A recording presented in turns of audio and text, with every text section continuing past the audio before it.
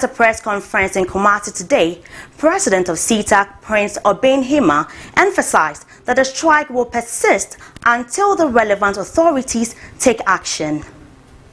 Despite numerous attempts to engage with authorities to address their concerns, the association has found no resolution, leading them to prolong the strike.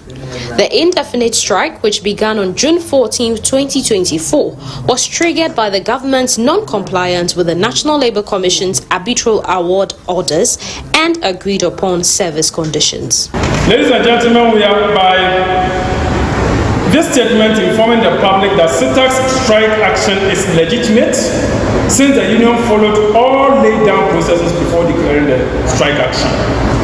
And students of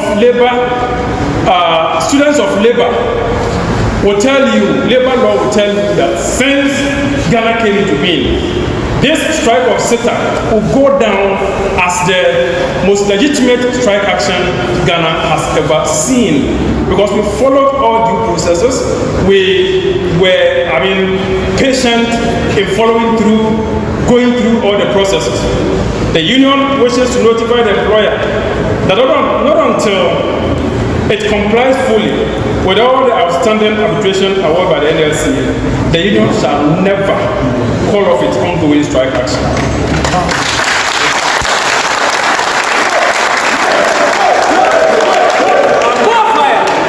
For emphasis' sake, I want to take it that the union wishes to notify the employer that not until the employer complies with all the outstanding arbitration award by the NLC, the union shall never call off its ongoing strike action. Not at all.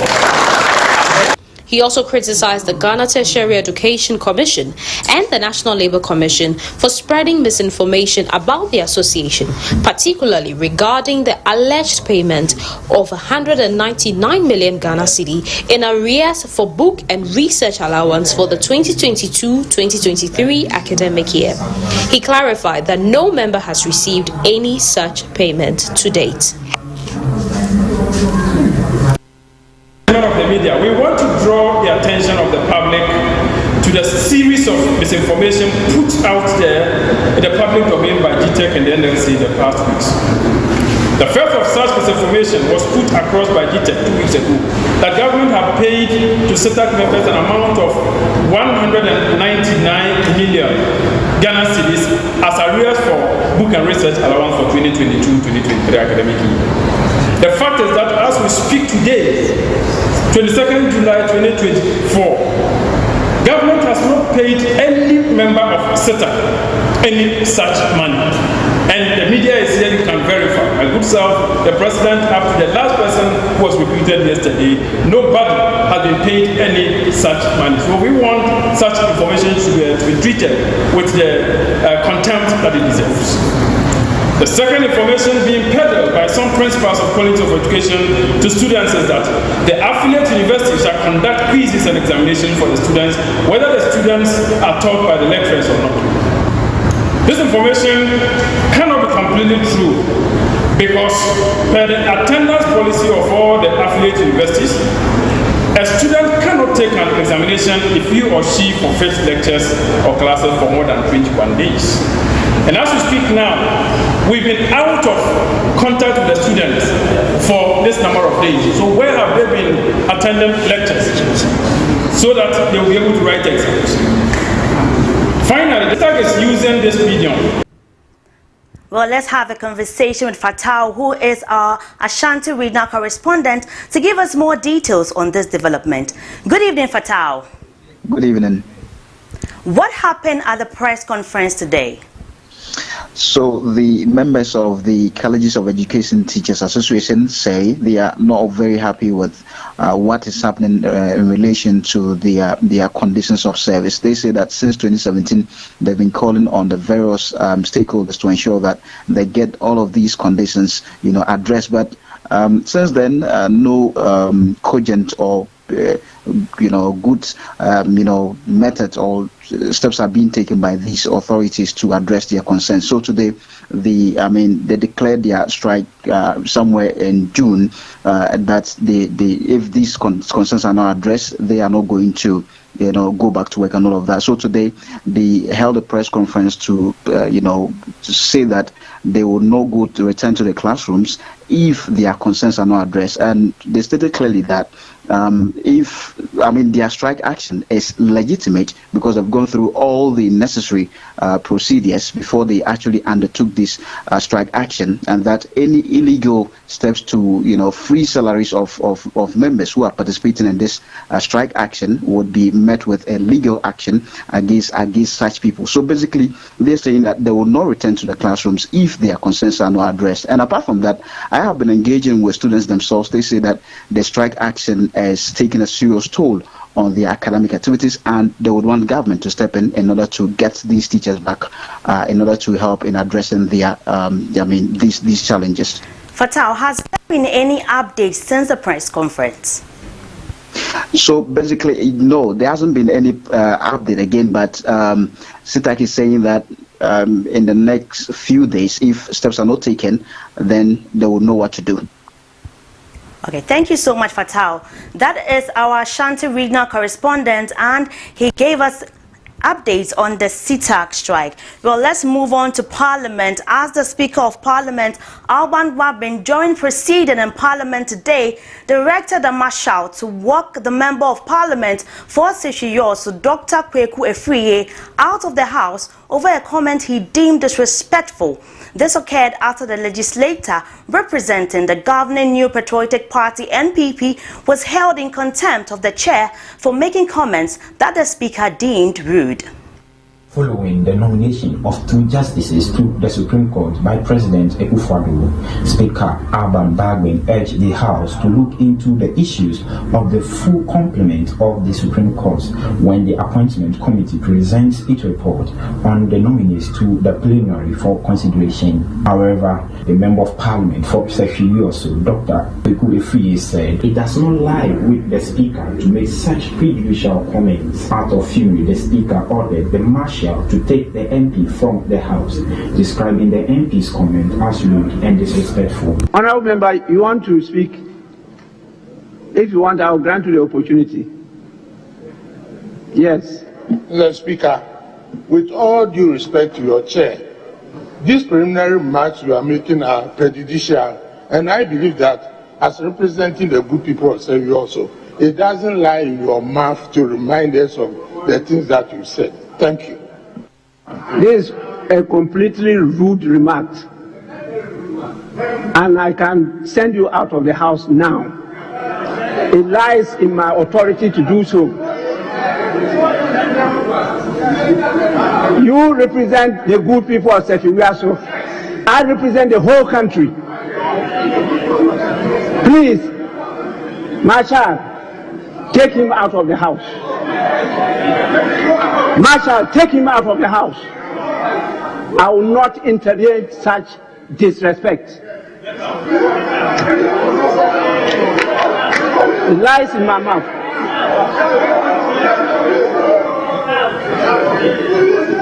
Following.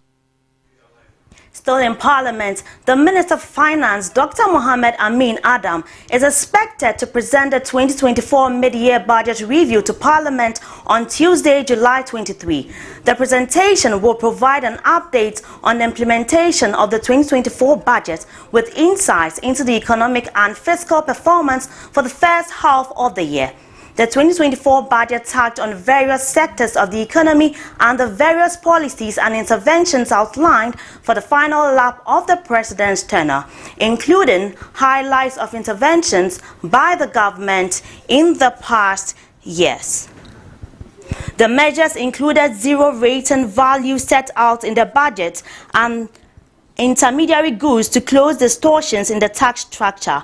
Other measures were geared towards encouraging local production of some specific items, including pharmaceuticals and sanitary parts. The budget also proposed a framework under the existing Public Financial Management Act 2016 to govern the mobilization and management of non-tax revenue. Mr. Ofori-Atta, who was then the sector minister, said the Ministry of Finance would also collaborate with the Ministry of Works and Housing and the Controller and Accountant General's Department to streamline and ensure efficient management of rent deductions from occupants of government accommodation.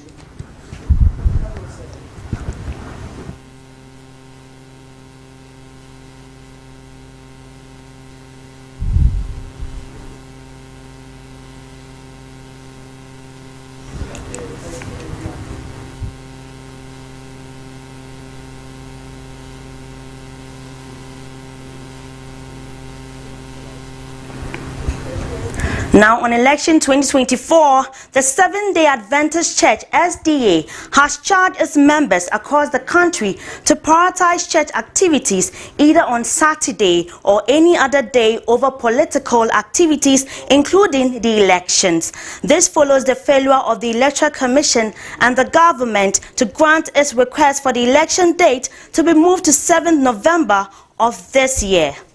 In a recent statement issued by the Southern Ghana Conference and Northern Ghana Union Conference of the Church, the leadership reiterated their commitment to upholding Sabbath observance while encouraging their members to actively participate in civic duties.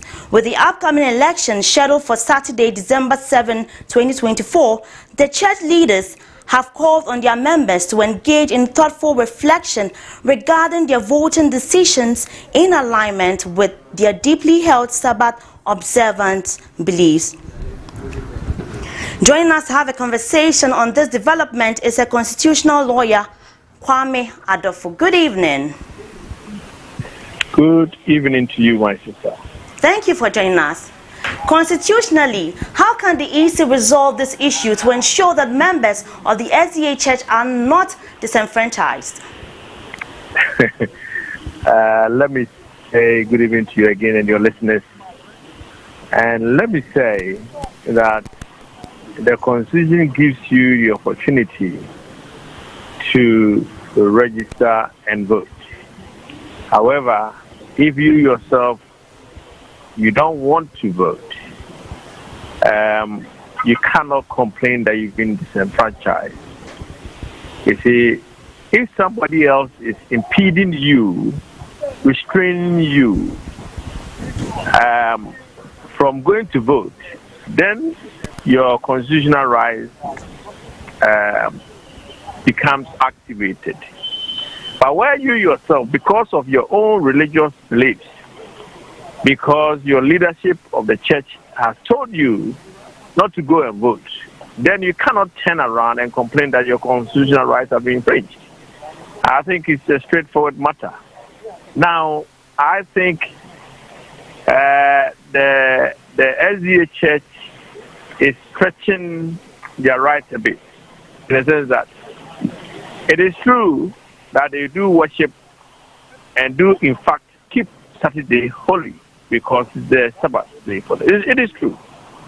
However, if we grant them special circumstances, and other religious bodies also say, look, we also worship on Friday, we also worship on Sunday, we worship on Tuesday, it means it will never end.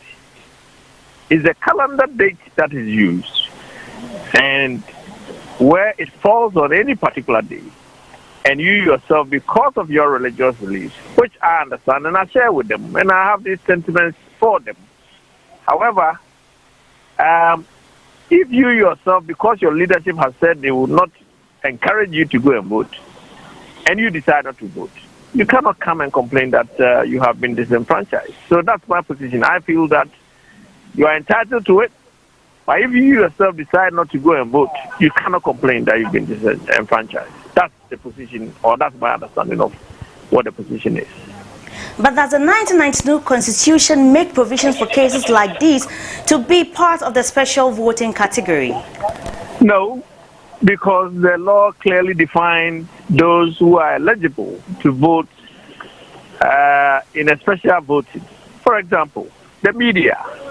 You have been included with the security services to vote.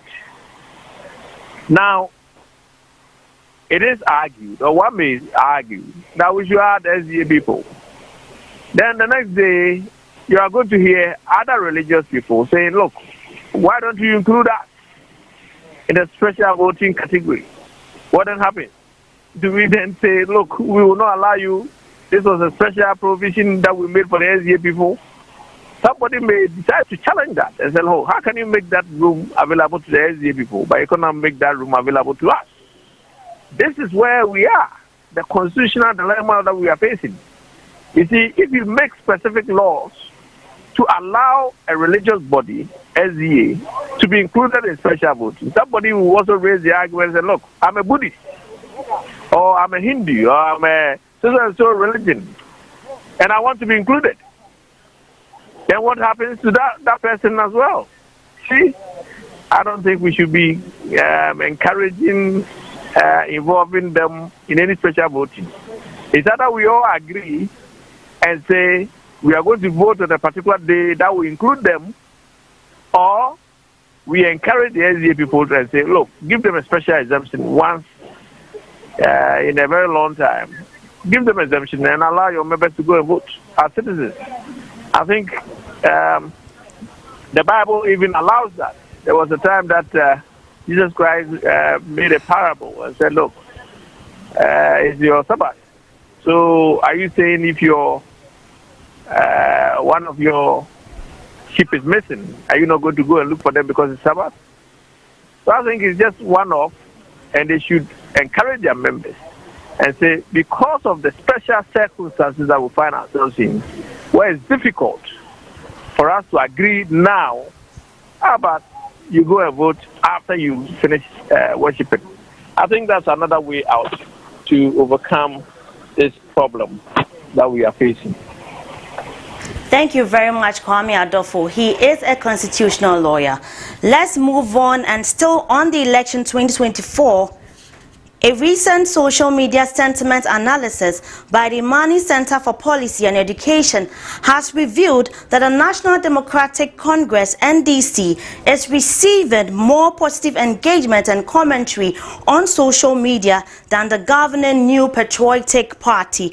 The survey, which was conducted from the last 2 weeks of June to the first 2 weeks of July, sampled 78,902 social media posts. According to the report, the NDC's positive sentiment saw an upward tick from 23.11% of posts monitored to 27.2% of posts monitored having the NDC keywords. However, the NPP's negative sentiment increased to 36.9% over the period from a previous level of 31.4%.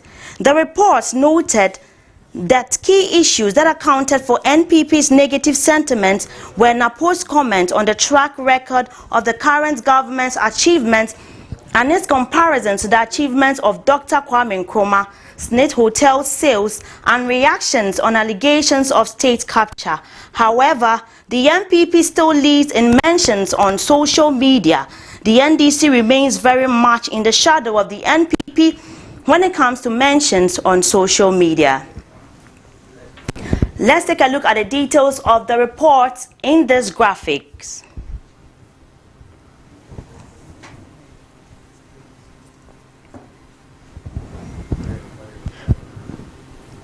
The analysis are referenced from the following platforms: Facebook X, which is formerly Twitter, YouTube, Web, TikTok, podcast and news feeds, and several other hashtags have emerged with candidate Bawumia's campaign on social media, including the following: hashtag it is possible, hashtag the perfect pair, hashtag Napo, hashtag bold solutions for Ghana.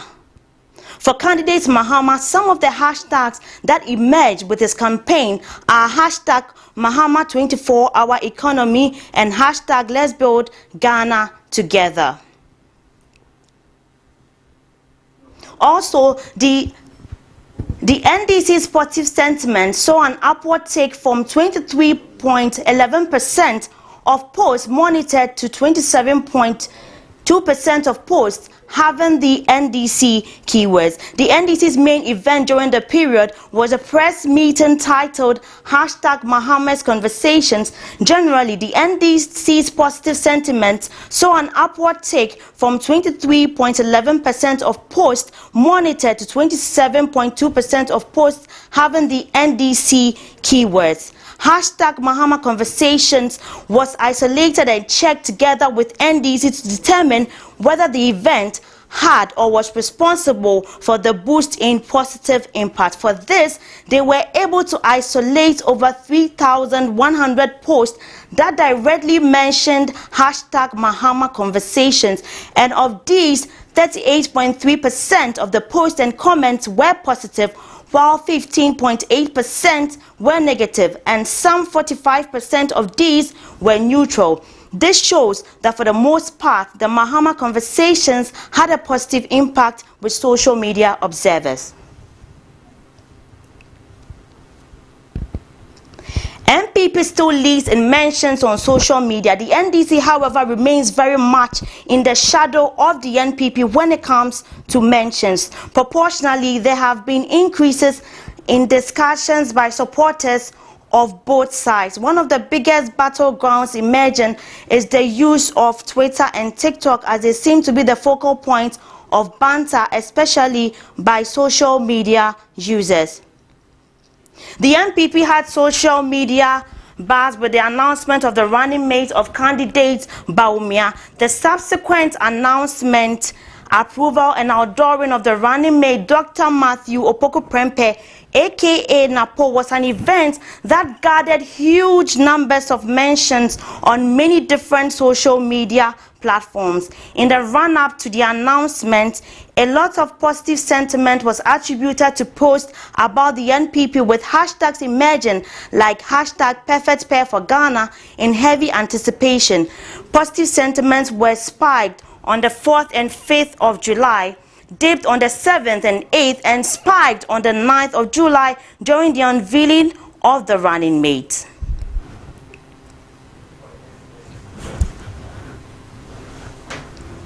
Well, these are some of the key findings of the survey. Mentions and reach of NPP and NDC still leads on social media, as the NDC, however, remains very much in the shadow of the NPP when it comes to mentions. Well, proportionally, there have been increases in discussions by supporters of both sides. One of the biggest battlegrounds emerging is the use of Twitter and TikTok, as they seem to be the focal point of banter, especially by social media users below the age of 35 years. And the conversation on TikTok especially has more women participating than on the mainstream. And Twitter with relation to politics. NDC social media reach is almost at par to the NPP, and in terms of ratio of total mentions, the social media reach of the NDC is actually higher and more organic. Well, we have more of this on our website at ABC News Ghana.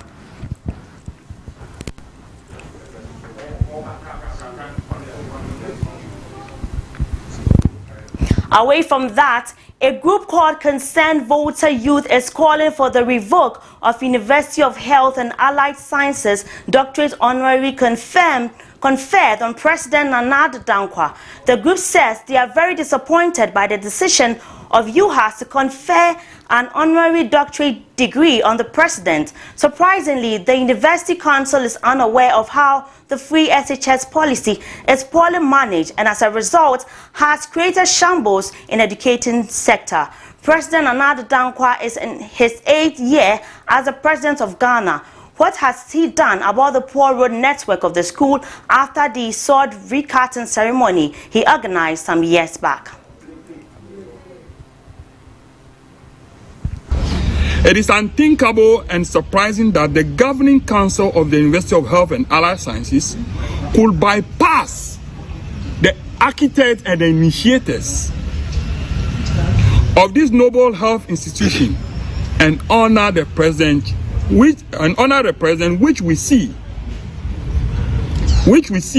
as the least in contributing to the development of the school.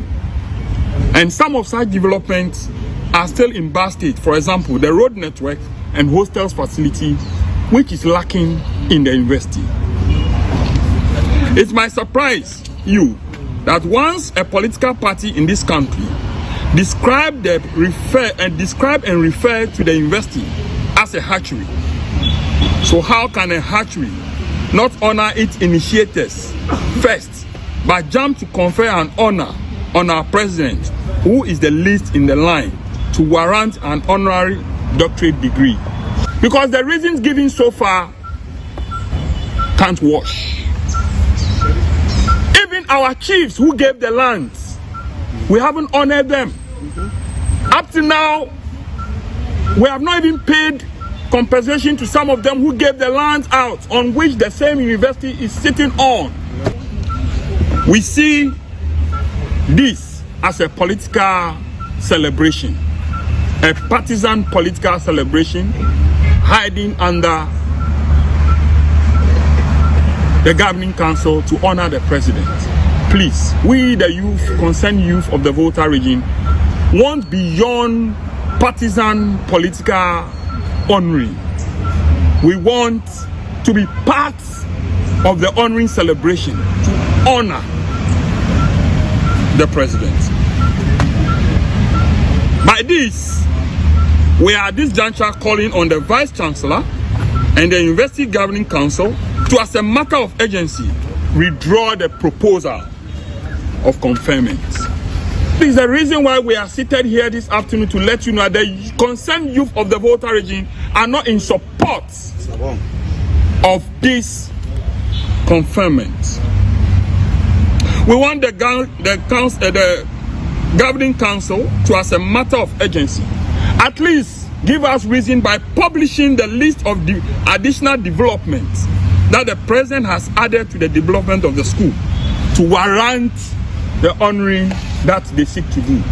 They should give us, at least, they should give us a list. They should let us know that this, and this. Then when we are satisfied by it, we are able to agree in contest, agree in principle, and we will all be there to celebrate our president, Nana Akufo-Addo. Yes. Alberto, the list. If you should go ahead with the plan, what are you going to do? Which costs about phase 2, which costs about $60 million. I don't know whether. We will be back with what is happening in the world of business after this break.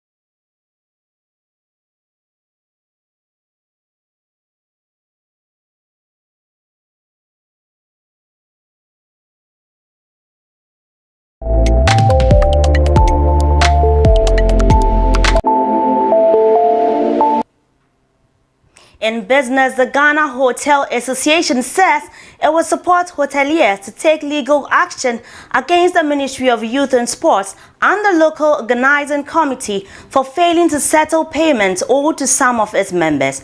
These hotels had hosted guests during the 13th African Games in Accra.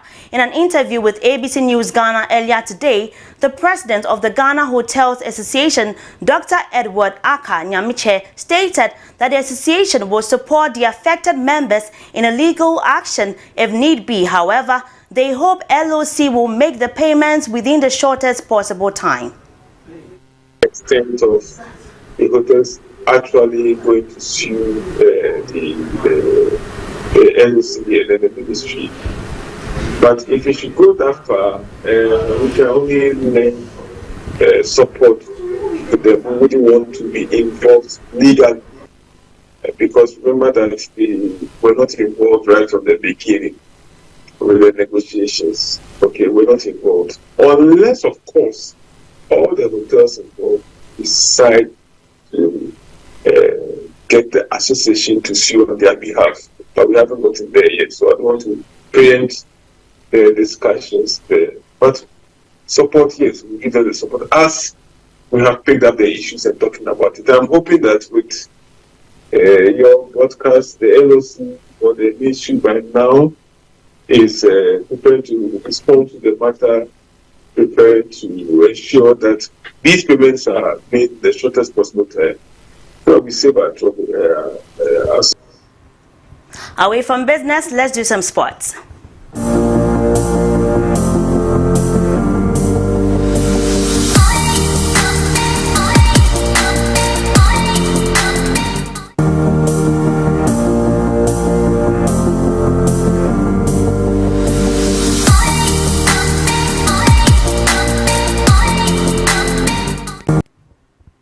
In sports, Hearts of Oak will play against Heart of Lions in the 2024 Homoa Charity Cup match on August 11, 2024.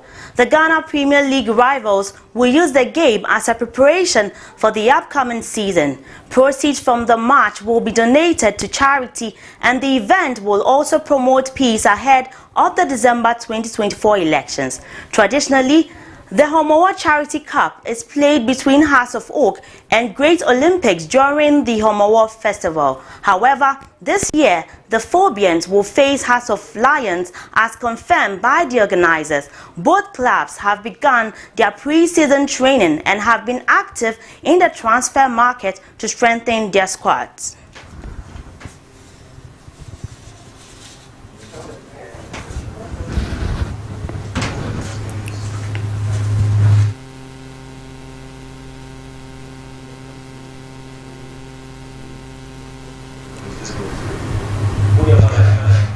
Let's take a look at what is happening on the international front.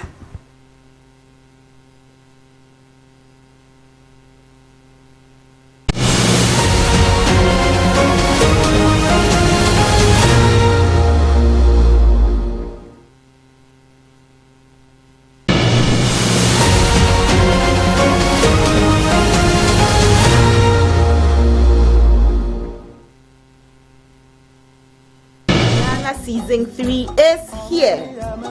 ScanBrain Limited, organizers of the Best Inventor Ghana, has opened registration for the third season of this innovative show. Who can enter?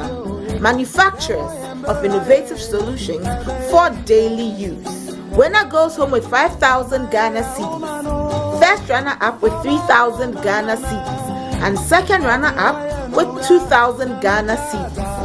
The show will be broadcast on ABC News Ghana Television. Best Inventor Ghana Season 3 begins on the 21st of September 2024 at the Assembly Hall of the St. John's Grammar School. Registration is open to everyone. Call us now on 054 955 4148 to register.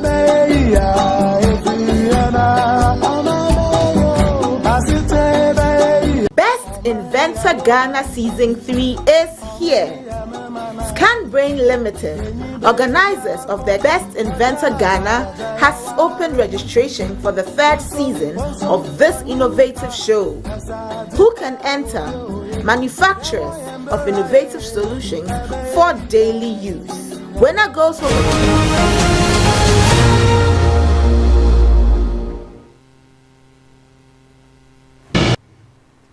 On the international front, hours after Joe Biden dropped out of the election race, Kamala Harris' campaign has seen a huge surge in donations as top Democrats rallied behind her. The U.S. Vice President expressed her commitment to earn and win the party's nomination to run against Donald Trump. Following Biden's debate performance against Trump, many top donors hesitated to support him financially. Since Biden endorsed Harris on Sunday, she has raised $49 million in grassroots donations, according to campaign spokesperson Lauren Hitt. One former elected Democratic official who is still very active in the party said people who had cancelled their fundraising events for July and August after the debate are now putting them back on the calendar.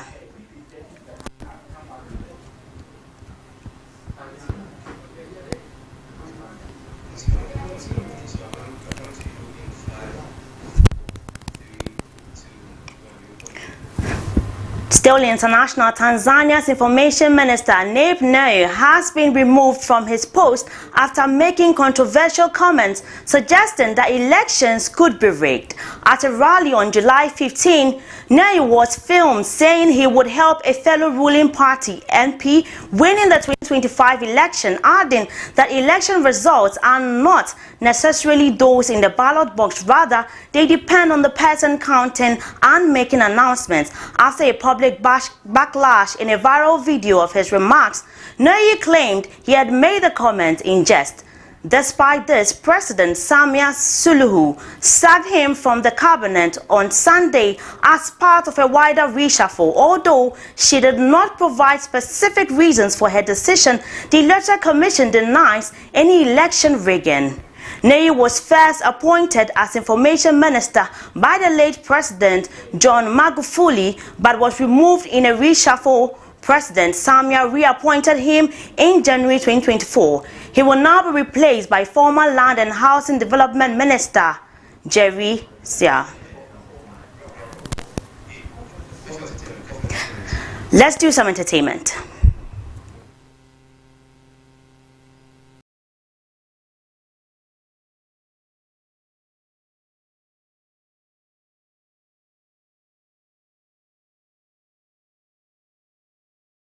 Season 3 no abejo abedwa Scanbrain Limited e de won dwumadie sonko a wo frɛ no Best Inventor Ghana Season 3 no we bia mu e de ama obi biara a otumi e de nensa ebo eniama a ehuhia ye e wo yen dada asetene mu akensie ni obedi nkonim no enya 5000 Ghana cedi ni otoso mienu ebenya 3000 Ghana cedi na ni obatoso miensa nso enya 2000 Ghana cedi dwumadie yi yebeyi ewo ABC News Ghana TV so nemom dwumadie nankasa ebe hyase ewo September bosome no 21st 2024 ewo St. John's Grammar School Assembly Hall kwa nia wo hia ne se obe register se ya efi ene koya ye bie registration enema obia ene na frɛ ya homa trufo yi so 0549554148.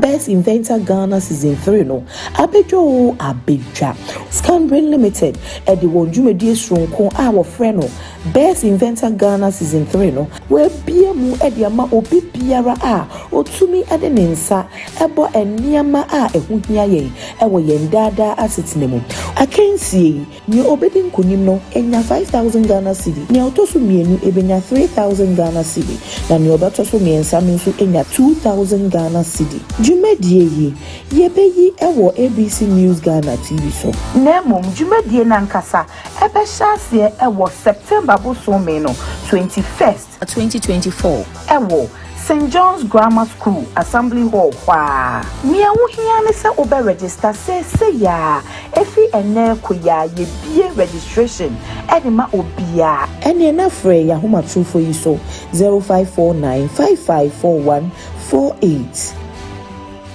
Best Inventor Ghana Season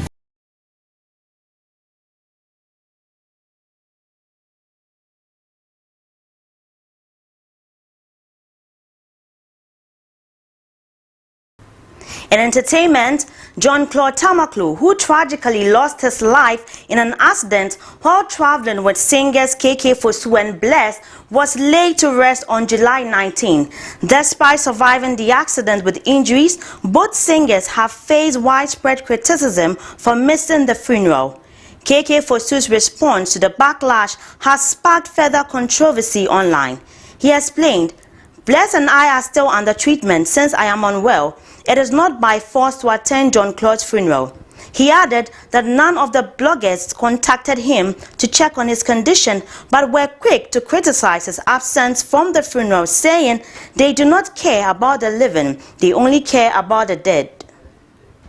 Andre Mustafa Ni Okan Inusa, president of the Ghana Bloggers Association, addressed KK Fosu's comment, stating it's incorrect to assert that no one knows John Claude. Rather, KK Fosu should have simply acknowledged that he does not personally know John Claude.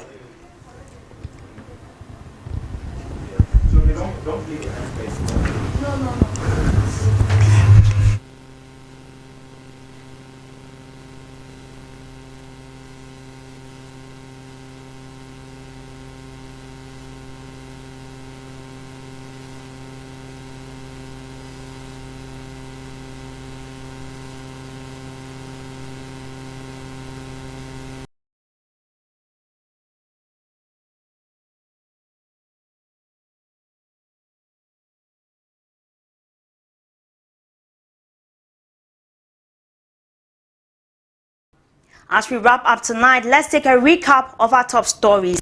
CTAG members maintain stance on demands and dismiss payment claims by GTEC and NLC. Also, the Minister for Finance, Dr. Mohamed Amin Adam, is expected to present the 2024 mid-year budget review tomorrow, Tuesday, July 23. Speaker of Parliament Alban Bagbin walked out to Hyoso MP over rude comment. And on the international front, Kamala Harris' campaign sees a surge in donations from top Democrats. That is how we wrap up tonight's bulletin. I am Jennifer Somwa. You can follow us on our social media handles at ABC News Ghana. Good evening and enjoy the rest of our programs.